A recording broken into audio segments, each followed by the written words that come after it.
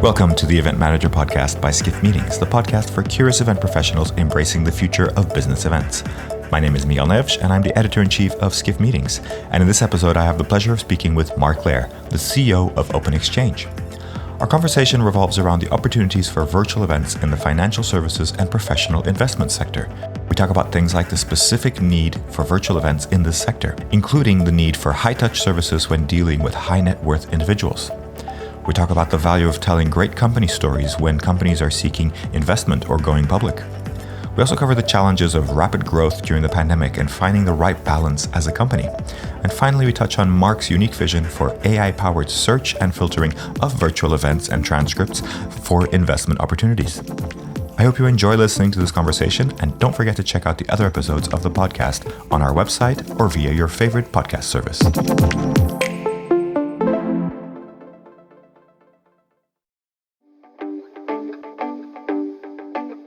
Now for a word from our sponsors, PHL Life Sciences, a division of the Philadelphia Convention and Visitors Bureau. Host your convention or trade show in Philadelphia, one of America's leading life sciences hubs. PHL Life Sciences, the first and only CVB division of its kind, will connect you to the professionals at the forefront of your industry and to a culture you can only find in Philadelphia, a city known for its rich history that's forging a bright future. Philadelphia challenges the expected and defies convention. A world of discovery is waiting. Visit phllife.com to learn more.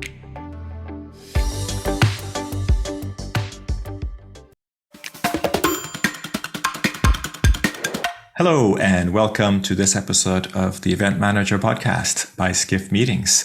I am delighted to be joined today by Mark Loehr, the CEO of Open Exchange. Mark, thank you so much for joining us today. Thank you for having me, Miguel.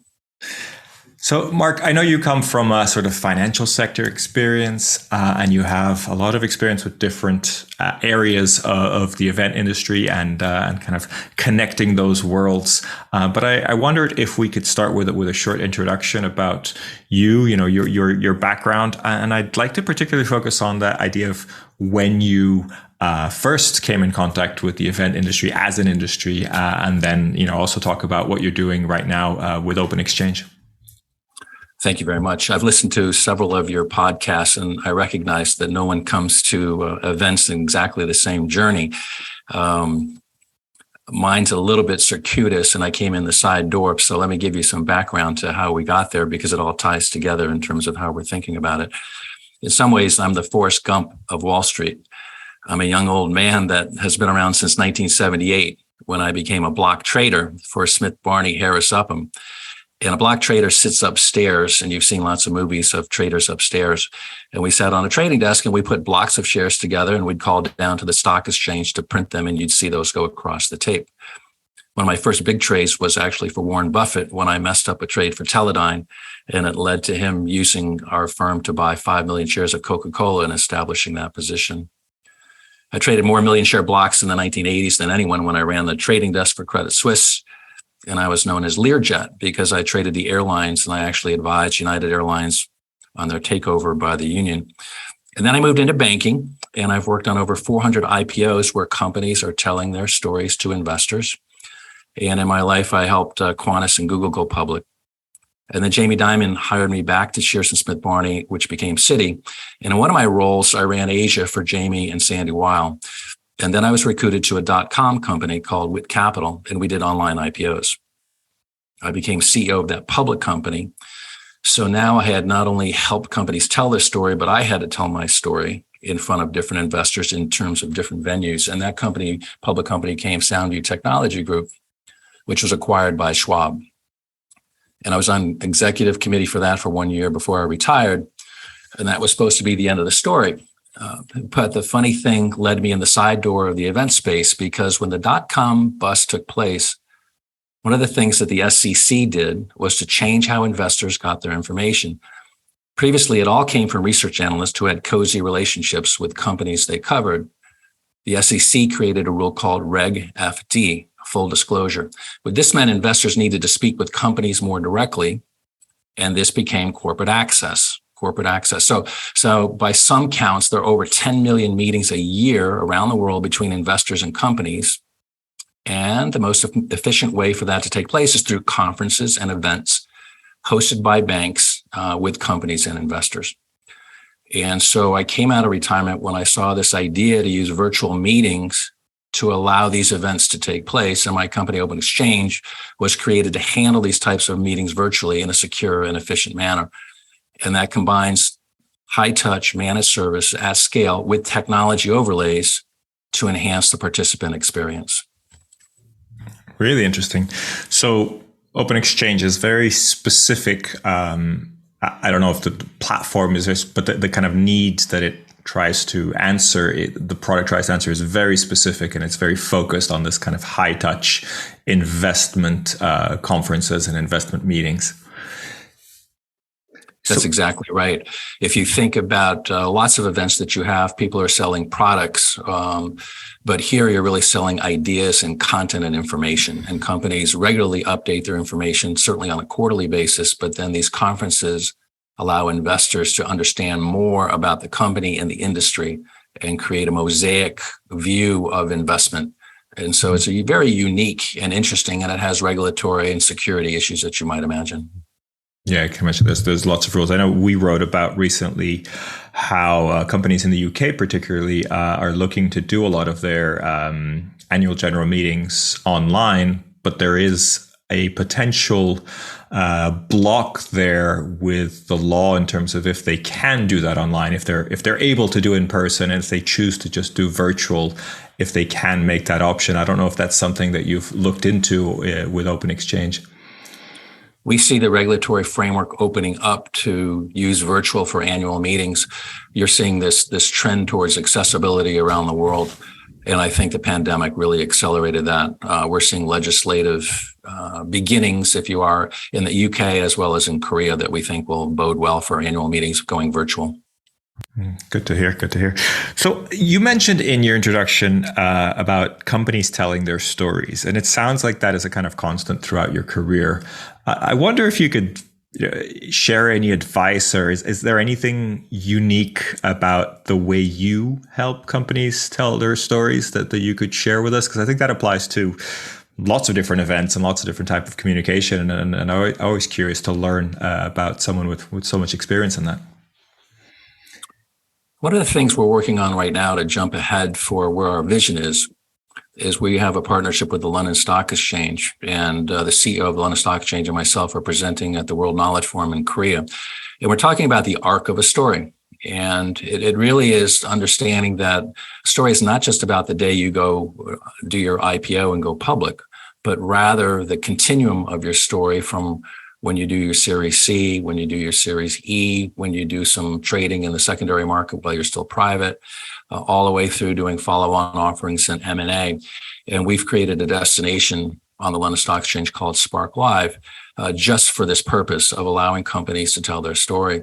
We have 9 unicorns out of Korea that have done that. They're still private, but they're looking for global exposure. And our thought here is that we want investors to start thinking about their companies in the same way they do their sports teams, that where they follow the company through its history, that you know that Amelia is an up-and-comer and you want to see how she progresses. And this gets into how we think about events and the life of events beyond just the event itself. Interesting. That sounds almost similar to kind of social media for companies and kind of following companies on their trajectory. Is that kind of how you're thinking about it? That's exactly how we are. I talk about through my long career, I have 100 sayings, but one of them is time as a weapon. And how do you manage your story so that you don't have 5 great things in 1 month, but nothing for the next 8? How do you manage the trajectory of your story across a year so that you build that momentum up? We definitely think about that when we encourage companies to tell their story. The other part of it too, that's developing very quickly, companies right now, most of their stories are told on their own websites. I believe that there are going to be a lot of video content destinations in the same way there are in the public space like YouTube and Facebook and others. In the financial space, I think London Stock Exchange will have one. Open Exchange has one called OETV, which handles independent content. And I think people will go to those to follow these stories over time and create greater accessibility than simply the company's websites. Fascinating. And I think most people predict that content will continue to be very important and will continue to grow. So I wanted to jump into kind of the particular needs of a financial event, an IPO event, and communication, not just the big IPOs, as you said, but kind of the continual meetings and conferences and virtual events that are around that. What's really specific about these events and these communications, and what makes a good communication? Is it just the platform being secure? Is it a production thing? What are the kind of the elements that you think are important there? I think the first thing to understand about these types of meetings is that there's a triangle with three unique participants that are all very demanding. You have the company that is telling their story, and invariably that's going to be the CEO. Think about a Fortune 500 company. The CFO will be participating, the head of investor relations, maybe the head of sales, very touchy, nervous about making sure they present appropriately. You have the investment bank that writes research on that company, and they're hosting the conference. It could be a real estate conference or a consumer conference or a technology conference. They're trying to pull 100, 150 different companies together for this event so that they can have their clients, which are the investors, institutions like T. Rowe and Fidelity, thank them for allowing for this access to take place. And they are super high strung of managing 600 meetings in a given day. And then you have your $1 trillion investment funds, such as Capital Group, Fidelity, Wellington, et cetera, who are treated like gods in the investment world, and they have very little tolerance for error. So you need to make sure that all three parts of that meeting are taken care of and not only focus on one. In between the high touch, and we've gone from 50 employees to 1,000 to 2,000 in 18 months as the pandemic moved a lot of these meetings virtually. Three different solutions in the same meeting. We have one, which is a dashboard for the banks to be able to see the 600 meetings underway and know who's late and who's a walk-in and who we have to go chase down. We have a special green room process for the CEOs so that they feel that they're very much taken care of by their favorite video ambassador that we hire. And then we have the investment firms that are moving between 10 different meetings throughout the day, and they need their own little app so that they don't get lost. And when meetings change very quickly, they just click on one button to join the particular event. So it sounds like Open Exchange is not just a platform. It's far beyond a SaaS platform, if you will. It's not just something people can, buy an account for, log in. There's a lot of hand-holding, and that's a huge part of the service. If you put it in kind of percentage numbers or something similar, do you have an idea of how much of your kind of workforce is dedicated to the hand-holding and the human element and the kind of making sure everything works, and how much is dedicated to the technology and the kind of more video production? It, at this point, is pretty close to 50-50. We get a lot of requests to become more of a SaaS model, subscription model. But for these types of meetings, what you really need to do is have managed service at scale using technology to do that in a way that creates a moat that nobody else wants to compete with you. At this stage, we have 10 of the top 10 banks that are using us for these conferences, and I can't tell you that we really have any competition. And it's really because we're willing to embrace the managed service part of it. That's been the trick, really, of going when the pandemic took place and we went from 4,000 meetings in 2019 rather to 100,000 meetings. We were hiring almost 100 people a week as the pandemic took place. We would start training them on Thursday. Think about them as Uber drivers, but really beyond that. These are video ambassadors, and they have to have the skills almost as a flight attendant of being really delicate with all the people that are involved, but also understand the technology. And we would train them quickly on Thursday, Friday, Saturday, Sunday. They'd be a co-pilot on Monday, and then there might be a pilot by Tuesday afternoon, and we might hire another 100 people the following week.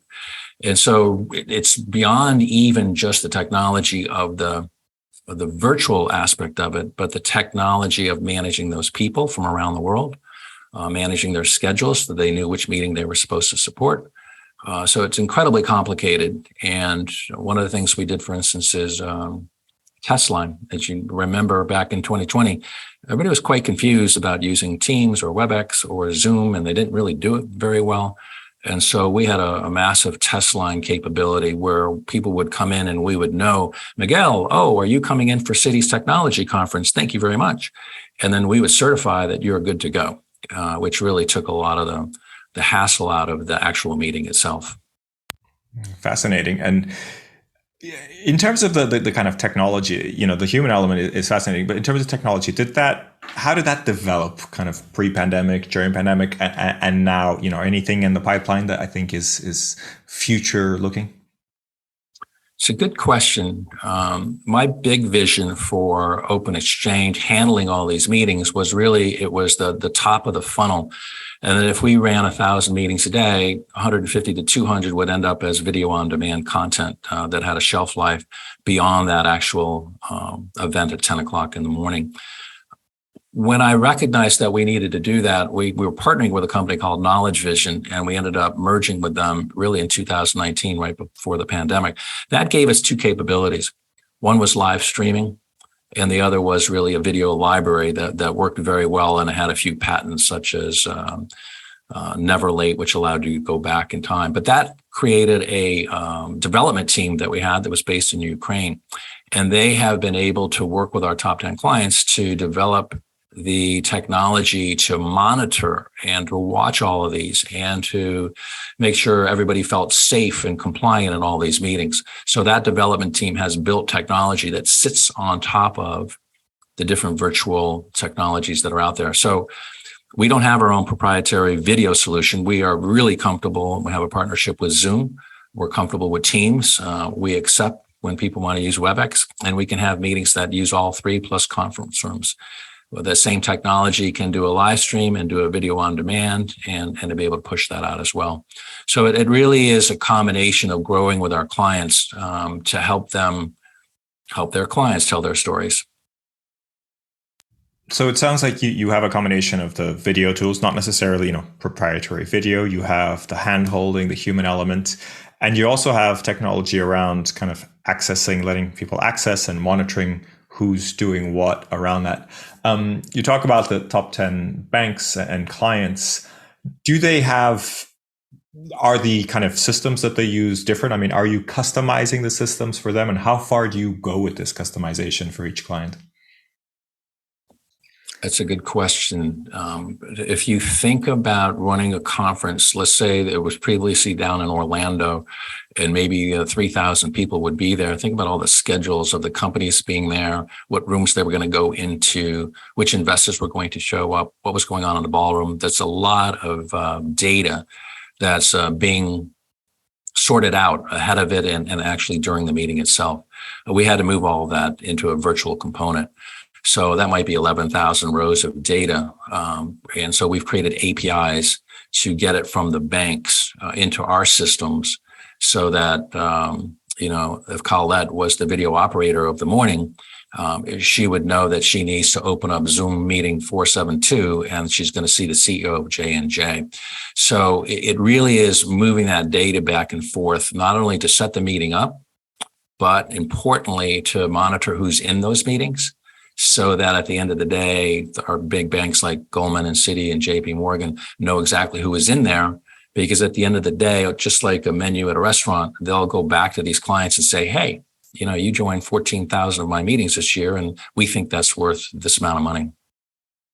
Yeah, fascinating. And do you have any plans to look at other markets, or is this purely a financial investor tool in your mind? Interestingly, we've done a big pivot, as you might imagine.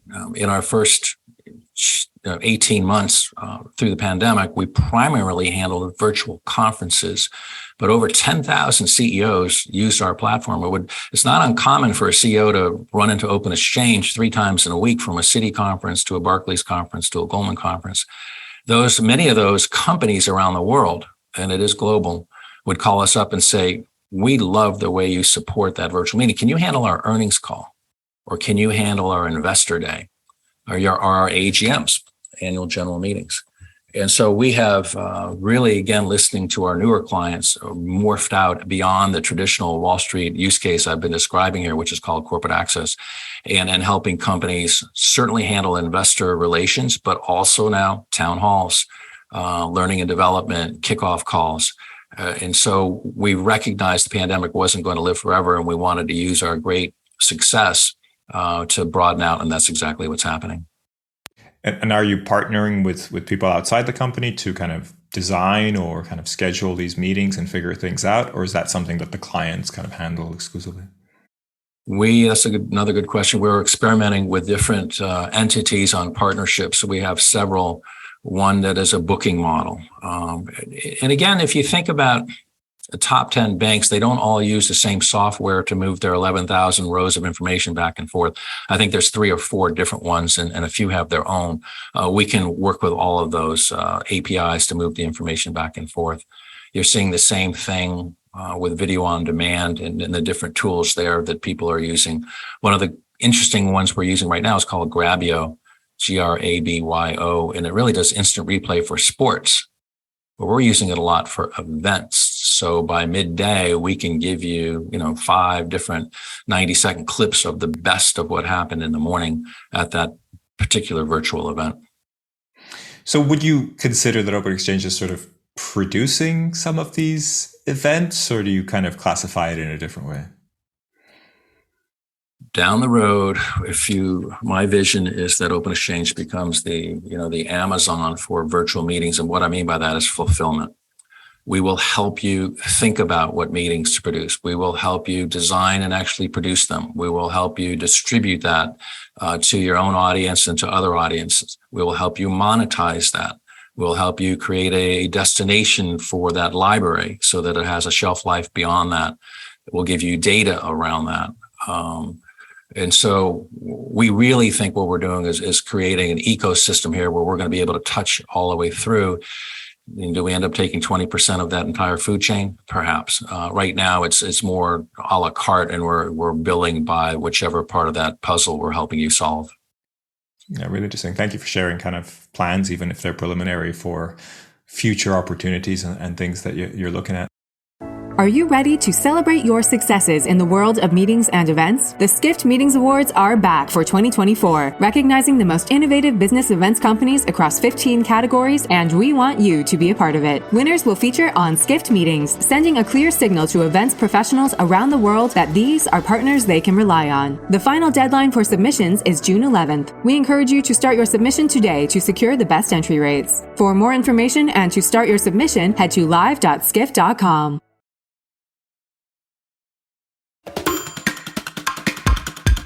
One of the things that we're seeing a lot on the Skift Meetings side, or that we're very interested in, is this impact of remote workforces and kind of distributed or hybrid workforces. Anything come to mind when you think about the fact that people may not be in the office, or you can have to kind of plan for people being all over the world? Is that just part of the design, or does that impact the way people participate in events, but also the booking and the client relationships and those kind of things? Let me try to answer 3 different parts to that question. The first is our staff. We have our headcount that's 2,000, of which 450 are full-time, and 1,500 are really these Uber drivers that are well trained up. They are remote. Many of these people have never met each other. They're in Ukraine, London, New York, Bangalore, all over the world. And so for us to be able to have video ambassadors around the world well trained, that remote workforce has allowed us to do this. We never could have done this if we tried to get 2,000 people in New Jersey. From a company's perspective, well, I would talk to the head of investor relations for a major China company last week, who was in the U.S. to meet with investors. He had no meetings on Monday, no meetings. This is physical, no meetings on Monday or Friday because nobody was home. Even when he went to their offices on Tuesday, Wednesday, Thursday, a lot of the people that participated in those meetings were virtual.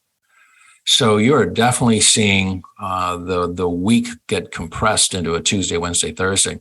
I went to a pub in London 2 weeks ago, and I said, "How's business?" He goes, "Well, Tuesday is the new Monday.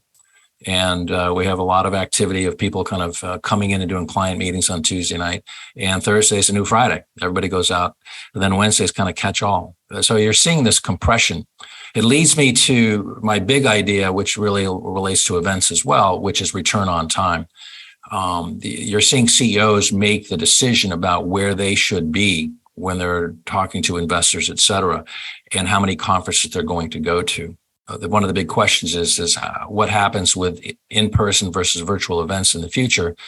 If you talk to a typical CEO, 3 years ago, they would have gone to 10 different conferences to see all these investors. Now everybody's saying, I'm going to go to 3. I'll go to 3 flagship ones. The other 7, maybe 8 or 9, I'll do virtually because it's much more efficient for me. So when you lose your content for the conferences, that skinnies down how many conferences are going to be in person and how many are going to be virtual. Fascinating. Thanks for sharing that. It made me think also about, we're seeing similar patterns, or we've spoken to people that say similar things. The big events are going to kind of survive, and they're going to be the ones where everybody's at and you kind of have to be there. And the smaller ones may be virtual or maybe hybrid, or there may be at least a different option. Wondered if you had any thoughts on this idea of kind of helping people find the content and the events that have the investors or the people there that really matter. We talk a lot about more content, more meetings, more virtual meetings, more things. And I find there's a burnout potential. There's that potential of just having too much and kind of dispersing things. And is part of your thinking with Open Exchange to also help filter that out, or help kind of find the better content among everything that's being put out there? Miguel, you jumped to 3 questions ahead to what I really think is going to happen. And I think search capability is really the key to the future. Lawrence Coburn talks about his vision for the future, which included AR and VR and special contact lenses. I'm not there. I am all about what am I missing that's happening right now? And it's really going to be the power of search. And so it's not just finding the exact thing I'm looking for, but having that exact thing find me when I didn't even know it was happening. So just play this out. So Google search gives you relevant, but what I want is the event search that has live transcription across hundreds and thousands of events that are going on right now around the world. And what if I could have a tool monitor that for me with my preference list of the things I care about, and then sending me a signal about what was being said and how prices or other things were being affected by that exact conversation. I have a subscription to all of these, and it allows me to do an instant replay to T-minus 30 seconds from whatever triggered that notice to me. And then event producers down the road, if they've enabled that search, it gives them additional revenue. So I agree with you that there's so much going on. The real question is, am I in the right meeting? Am I missing something? And I think we're going to turn search around, and we can talk about that a bit, about how this really enables content from around the world to live not only live right now, but beyond it, in weeks and months beyond the original presentation. Yeah, happy for you to dive further in if you like. And kind of what comes to mind to me is AI. Is that a part of this? It definitely is a part of it. Where we're fortunate in that what people care about from Open Exchange is really content and is company information. Well, companies talk a lot about their stories, and they tell them very repeatably and slightly different. And so I have all the keywords. If I go back through the last 4 earnings calls, there's not a whole lot that's going to change. I know the right names. I know the right patents. I know the right name of the drug, et cetera. And so if you can preload much of the information, is the AI that goes along with the live transcription can get up to 98%.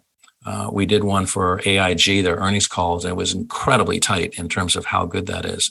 What you can do when it becomes that tight is, one, compare this live transcription with the previous 4 earnings calls and see what they're saying today that they didn't say before. Or what they dropped out. You can put sentiment data in. You can put, green in for when they're getting more positive than usual, and red for when it's negative. It really allows you to correlate that right at the top against the stock price.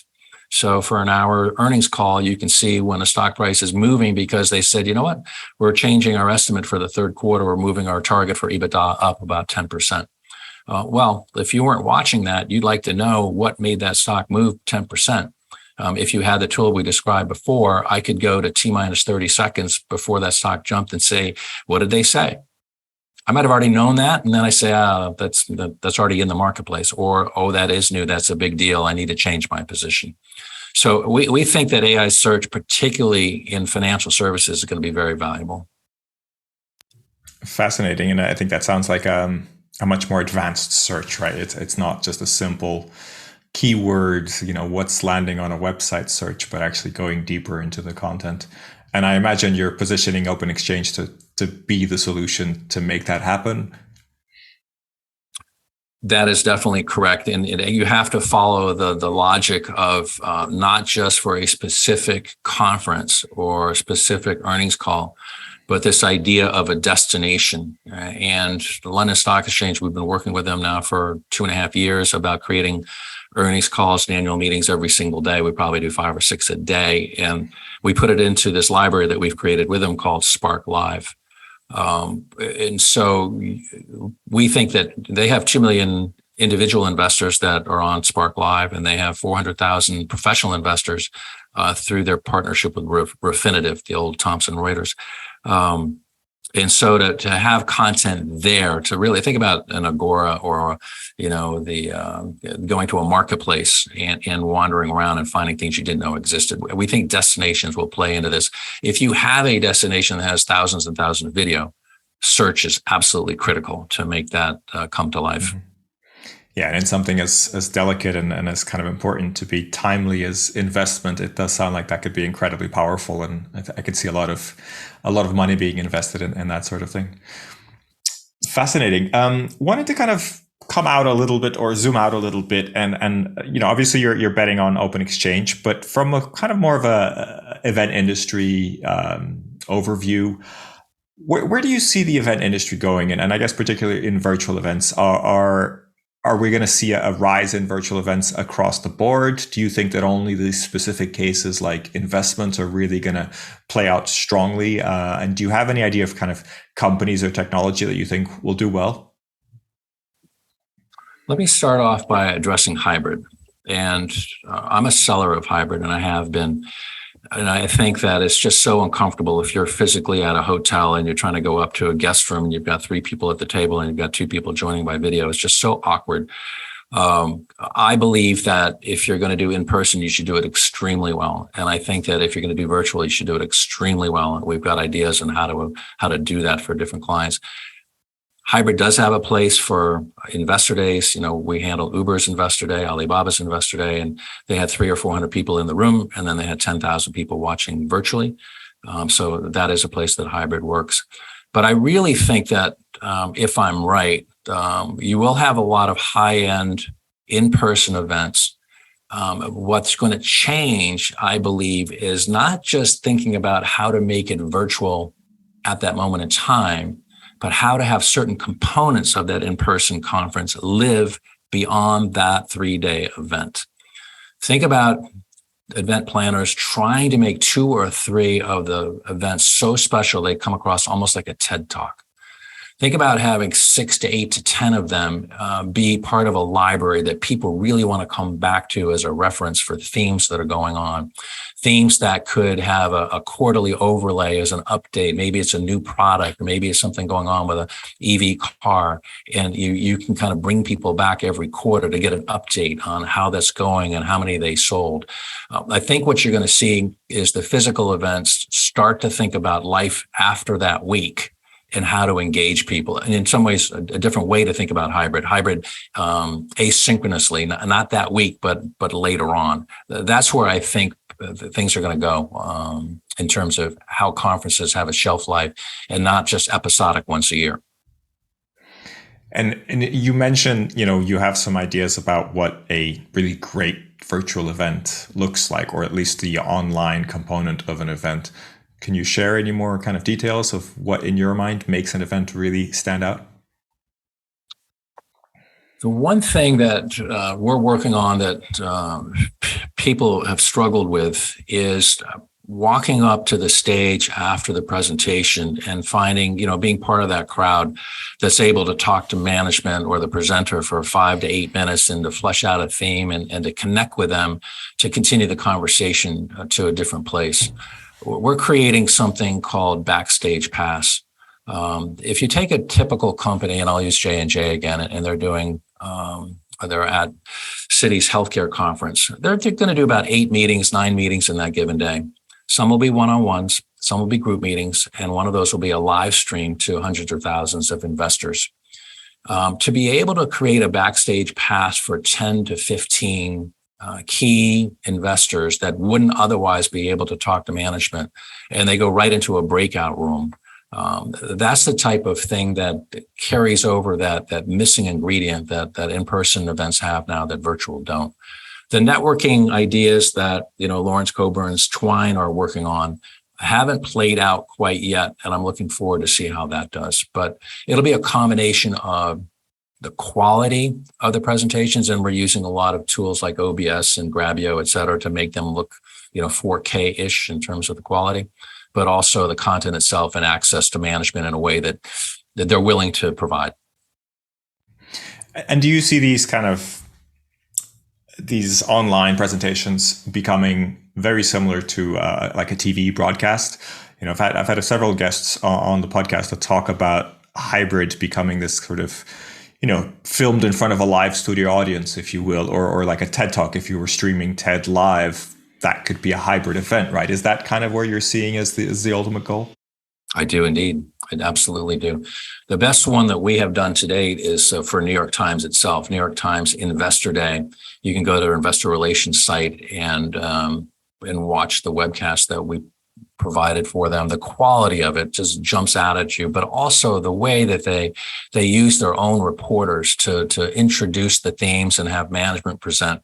And they did have 400 odd people, I believe, in their own headquarters studio. And then we streamed it out to thousands beyond that. In my vision down the road, in-person events are going to be so spectacular that you will have 400,000 or 500,000 people that want to go there to be there for that excitement. But it's going to be so good, you're going to have another 8,000 to 10,000 people watching it too, just like we do now with sports. Yep, the sports analogy is always comes across a lot.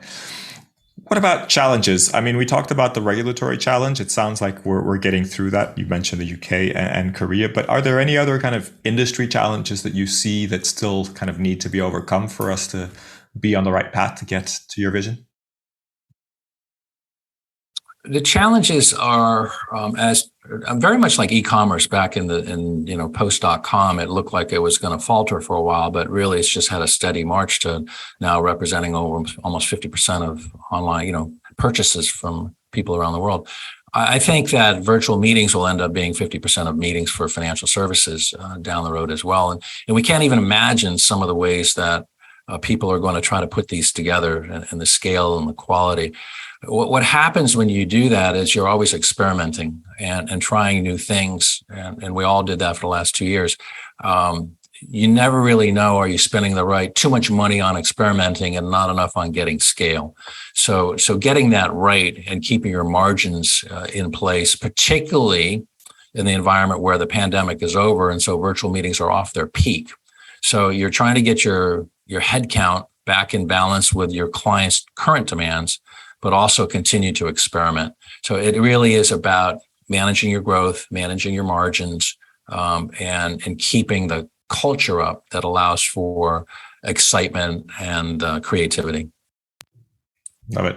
Well, kind of final few questions. Just wanted to get your insight as someone who's experienced in several industries and now also very much in this kind of events and virtual event sector. Any advice to people that are coming in kind of fresh and seeing this and maybe don't have the track record that you have in terms of building a career and maybe investing their time in the right companies that are kind of going to succeed in the future? I'll answer that slightly differently. What I said to people joining Open Exchange back in 2020 and 2021, a lot of them came from hospitality. Some of the best came from Disney Cruise. They came from, the AV industry itself. I said, come to Open Exchange and learn. It's going to be so dynamic. You're going to get 10 years of training in 2 years. I don't know when the pandemic's going to end, but you're going to get to meet CEOs of the biggest companies in the world. You're going to get to touch the emerging technologies. And at the end of 2 years, we'll see. And Open Exchange will be an enduring company. It probably will not be as big for a while as it was at the peak, but you're going to have a skill set that allows you to move on back to maybe where your passion was, and really have a pedigree that's going to allow you to take off in ways that your passions take you out. If you fast forward, our 2000 was headcount at the peak is probably down to about 1,400 now to manage more closely where we are. We've lost a nice amount, a fair amount through attrition, but every single person that left has gone to a really exciting job. And the people have said the role that you had at Open Exchange and your experience there, we think that is going to help accelerate you for this new company. So we'll have little Open Exchange ambassadors around the world, and we hope to work with them in the different industries that they're working on now. So I would just say, for others, don't always look at it as the be-all, end-all career for you, but embrace it for the 2-year journey that it's going to be, because you're going to see so much. And then you can decide if it's a permanent role for you or something that takes you to wherever your passion may truly lie. That's such a nice legacy, or a very legacy that you have there. So excellent to hear. Mark, been a pleasure talking to you. Wanted to get your recommendation for somebody else or someone else who we could speak to on the podcast as a guest. Thank you for that question. Open Exchange is managing the World Knowledge Forum in Korea in September, and this is the equivalent of Davos for Asia, and it has 200 dignitaries, including David Cameron and Ray Dalio, and so we're handling all the live streaming.